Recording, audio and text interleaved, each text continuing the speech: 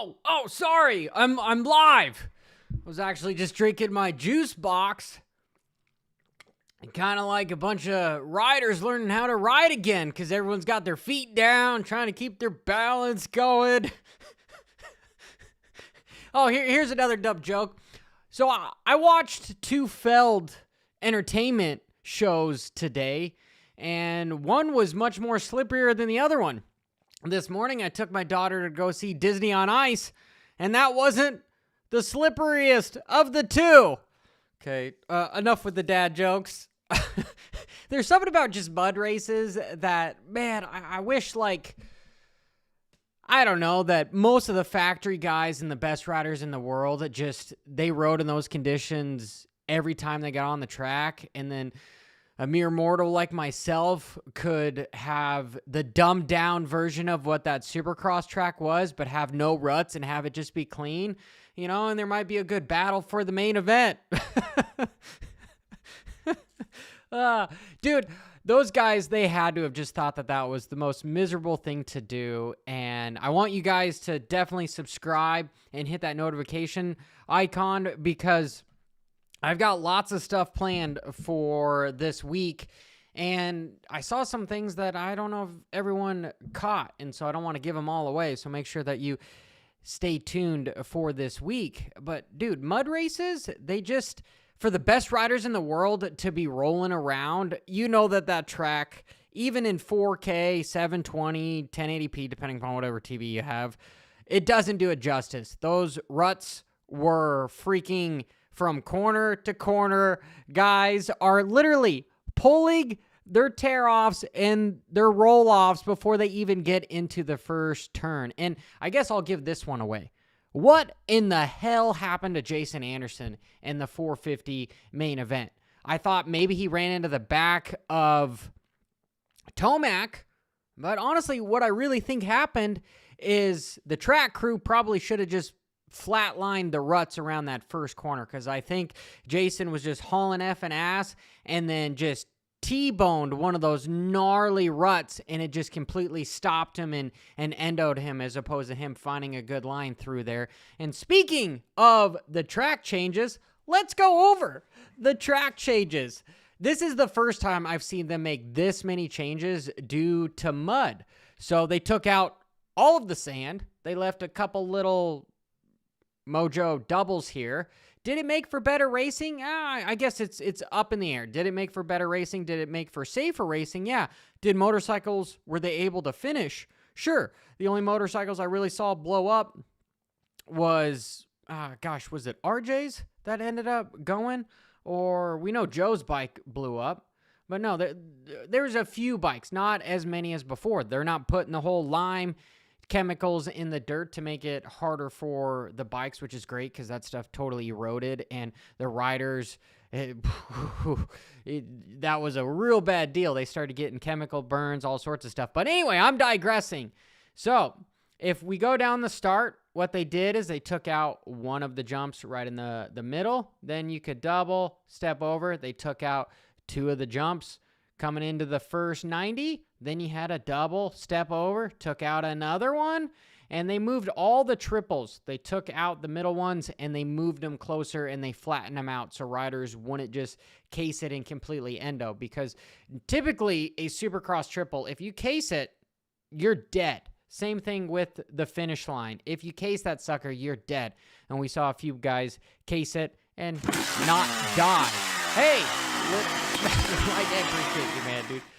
Thanks for sticking around and watching the live stream. But the biggest thing that I was bummed about is the whoops, right? I understand that it made for, I would say, more racing because they weren't going as slow. But right here, I don't know if Sexton would have won because of these whoops, because so many guys were going back and forth. This was the most difficult part of that track. And taking it out, I agree with everything else. The whoops, however, that track was awful. Don't get me wrong. It was awful. Them slowing or cutting up the 15 minutes plus a lap to 10 minutes for the 250s and 20 minutes to 15 for the 450s. That was all good. That's what they should have done. The whoops, however, I don't know. I'm on the fence about it. I do think that the Dirtworks guys did what they could with the scenario because they had to deal with so much, with freaking the pits. Like, the stadium is cool, the track was good, the weather sucked, but them having to go a half a mile back to the pits because of silly California regulations say you can't get mud on the streets when they've got homeless people and trash just building up. I'm like, it was funny. That's not Supercross's fault. That is a California fault that they just have to go with the punches and deal with. It's kind of the stuff that happened with World Supercross when they went overseas to Abu Dhabi, is they didn't have the right equipment. So they just did the best that they could, but pretty funny that you couldn't get mud in the streets. So they did the best that they could. Hey, look, there's the press conference.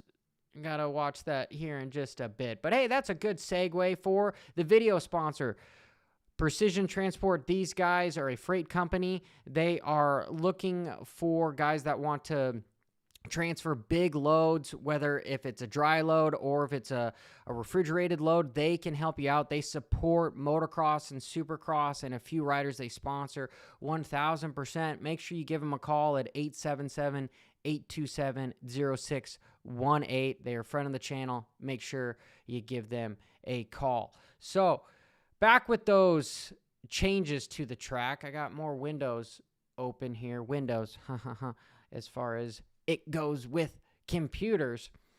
The track changes. It was super dumbed down, but I think it was decent. I want to know what you guys think in the comments below. Oh, if we're starting with just a little bit of the 250s, the first thing I want to point out is that new rule with you don't get a point in 22nd place. Guess who made the main event and didn't make a freaking point? Joe Shimoda. Yeah, his bike blew up. He's having a really hard time with Honda right now, and no point for a factory Honda rider. How crazy is that? That is freaking insane. Absolutely insane. But having a mud race is good because it just mixes freaking things up. You got RJ that's struggling. You got Joe that's struggling. I am super pumped for how the points in both classes have changed up considerably. I mean, Smith finally getting a win under his belt, but man, in the 250 class, this is something that I was thinking to myself with Marchbanks and Phil Nicoletti. Phil, who's been doing it for 18 years, wouldn't it have been just a awesome salute if the team just was like, let Phil get the third place? If this was F1 or something and they had radios, they might just do that. Let Phil get the third place. I don't even care that potentially the sport could be rigged at that point because you've got team orders. We already know there's team orders. Why wouldn't you give Phil the third place? It was almost like last year when Chris Blows was getting ready for a third place finish, but then he ended up crashing out. Just for your retirement, getting a podium finally would mean everything. I mean, shit, he might even give you half the bonus or whatever. But again, it's a one-person sport, so you can't fault Marchbanks for getting by him and getting the podium position. I really feel for Phil. And just out of respect thing, man, we've seen guys like Joey Savacci in Monster Cup give Tomac $1 million by letting him buy. Couldn't Marchbanks just let Phil buy, right? That's the hashtag I want to get through here is let Phil buy. Let Phil buy. So I'm super, super bummed on that instance. And as far as the 450 class, it seems as if the only person that can beat Jett is Mud. Jett went down 3 or 4 freaking times, and he got lapped by Sexton. Freaking lapped by Sexton, the defending champion. Lapped, who's somebody that in some of the interviews, he seemed as if maybe he's not as keen on this new motorcycle as far as the ergonomics of how it's moving. Like maybe he liked the Honda better. It's kind of where I was getting with it, is because he didn't really say much except for, hey, there's some problems with the motorcycle. So I thought that was interesting, but he ended up with a W. I don't necessarily know that mud races really count, because we saw a lot of privateers. You saw just different kinds of people up front. It's honestly, if I'm just being a little nihilistic, which I'm really trying effing hard not to be nihilistic anymore, try to have this positive affirmations, this positive outlook on life and everything. But mud races are just boring. They are just boring, because if I wanted to watch somebody roll around a supercross track, I would go try to ride a supercross track, you know? But hell, that's not fun. In hell, I don't really even like watching guys roll around, you know, and that's just my honest opinion about the mud racing. But it does give a good dynamic where it gets me thinking, should maybe the points be as if, hey, maybe we should let these guys drop their worst finish, or just a X on one race of the 17, just A to 8 in recovery, and B, maybe some of the privateers save their motorcycles, because, man, for going out there for 15 minutes, is it worth $2,000 for a privateer? Maybe not, right? You know, so that's just a suggestion. I'm not saying that how they do it is wrong, and I'm not saying what I'm suggesting should happen and that's the way it should be. No, I'm incredibly happy with how the sport is improving, right? And I think the Dirtworks did a superb job with doing what they could with the conditions, with changing the track up. Besides, if I have to be honest, I have to say that I didn't agree with the whoops, because I think the whoops would have created that moment where, Sexton hit a tough block. Tomac hit a tough block. Speaking of Tomac, he looked the smoothest of anybody. Absolutely freaking the smoothest. And after the race, as you saw him walk by, dude, that stern look he gave everybody, I just feel like Tomac is a full-blown killer. That's the one dude that you just don't ever want to get an altercation with. He's just that stern dude that there's a saying that I said on the podcast, that you intimidated and impressed by saying less. That's definitely not me. I like to F and talk a lot and hear myself talk. Tomac, completely the freaking opposite. Prado, I'm shifting gears a little bit. Prado, getting a heat race. Best gas rider of everybody on the team. I think Justin, if I'm just speculating a bit, is nervous that there's probably some talks of but Prado defending his MXGP championship and then moving over to Gas. And Gas is known to not have two factory guys. They just have one. Usually it's Barsha. Well, if you got Prado coming over and he's proven to beat you while he was here, doesn't matter if you were sick. Doesn't matter if there's things going on in your life. You're only as good as your last race, and it's all about money at the end of the day. Yes, that's where I feel with more sponsors and the growth, with more content creators and everybody coming in, we can help create more opportunities for maybe not us, but people later on, where these teams could have more and more guys, right? Okay, so it's just a rising tide lifts all ships. It's all collective group effort. And Justin, I really think that he's nervous about potentially losing that ride, honestly. And Prado is the guy to take it from him, because he's young.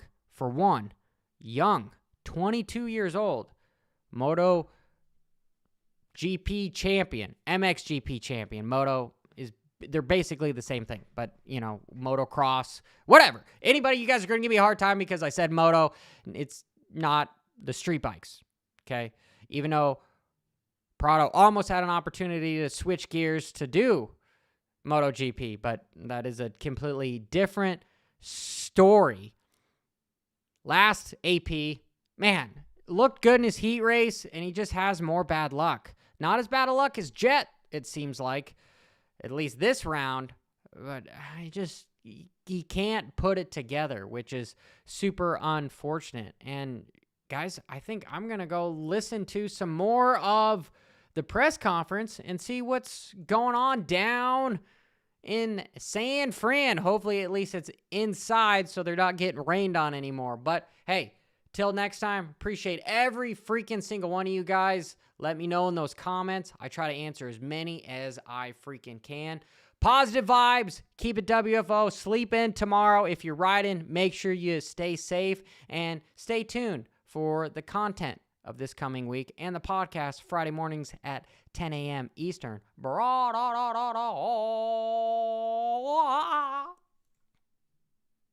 And I got to get back to my juice. It's almost done with.